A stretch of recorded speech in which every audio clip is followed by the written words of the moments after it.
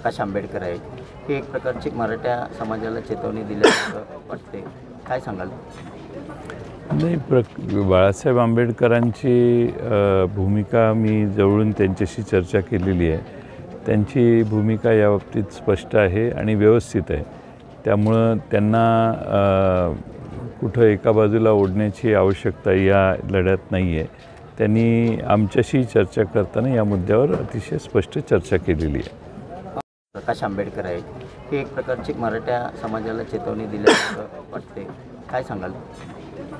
नाही, बाळासाहेब आंबेडकरांची भूमिका मी जवळून त्यांच्याशी चर्चा केलेली आहे. त्यांची भूमिका याबाबतीत स्पष्ट आहे आणि व्यवस्थित आहे.